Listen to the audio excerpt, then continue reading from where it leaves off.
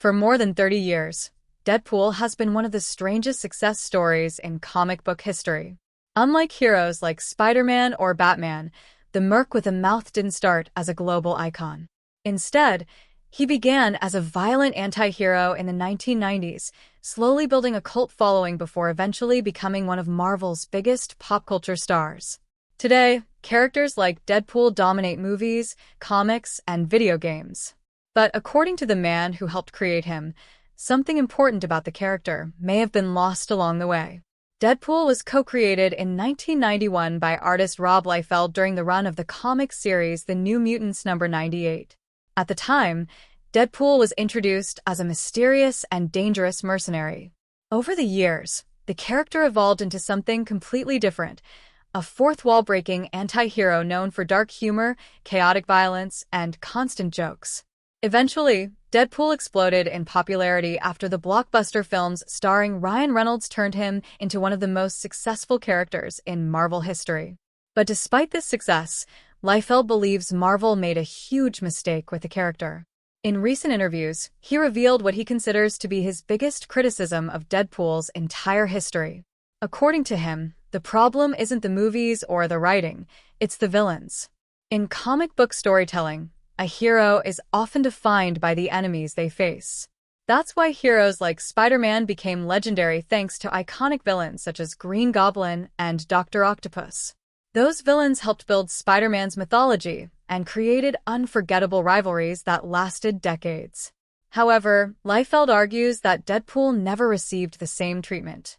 Instead of building a powerful rogues gallery around the character, Marvel often placed Deadpool against random villains from other comics. In some cases, these villains were intentionally ridiculous. One example he mentioned was Doctor Bong, a bizarre character with a giant bell for a head who literally makes a bong sound when he hits it. According to Liefeld, this decision made Deadpool feel more like a joke character rather than a hero with serious long-term enemies. Of course, Deadpool has faced several enemies throughout his comic history. Characters like Tyre, Ajax, and Madcap have all played important roles in certain storylines. But unlike the legendary rivalries seen in other comic franchises, these villains rarely appear consistently. Many of them disappear for years at a time, which makes it difficult for fans to see them as Deadpool's true archenemies. Another strange example is Taskmaster. He is often portrayed as one of Deadpool's biggest rivals, but he's also an enemy of many other heroes across the Marvel Universe. Because of this, he never truly feels like a villain who belongs specifically to Deadpool.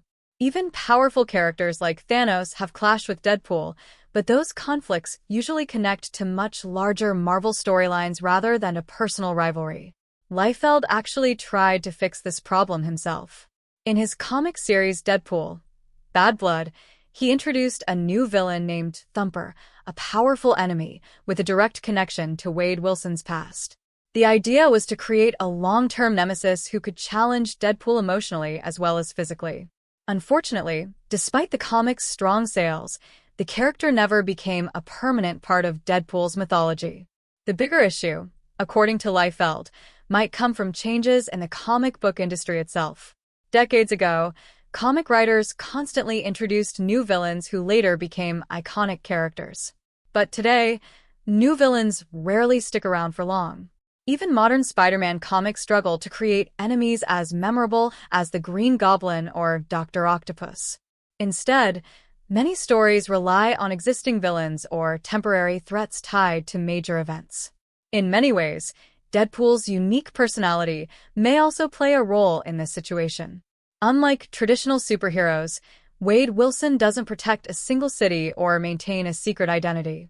He works as a mercenary and constantly moves around the Marvel Universe. This makes it harder for long-term rivalries to form. Without a stable life or a fixed mission, Deadpool simply doesn't attract the same type of enemies that characters like Spider-Man or Batman do. Still, many fans agree with Liefeld that Deadpool could benefit from a stronger group of recurring villains. A truly iconic nemesis, someone who understands Wade's chaotic personality and can challenge him mentally as well as physically, could open the door to entirely new stories.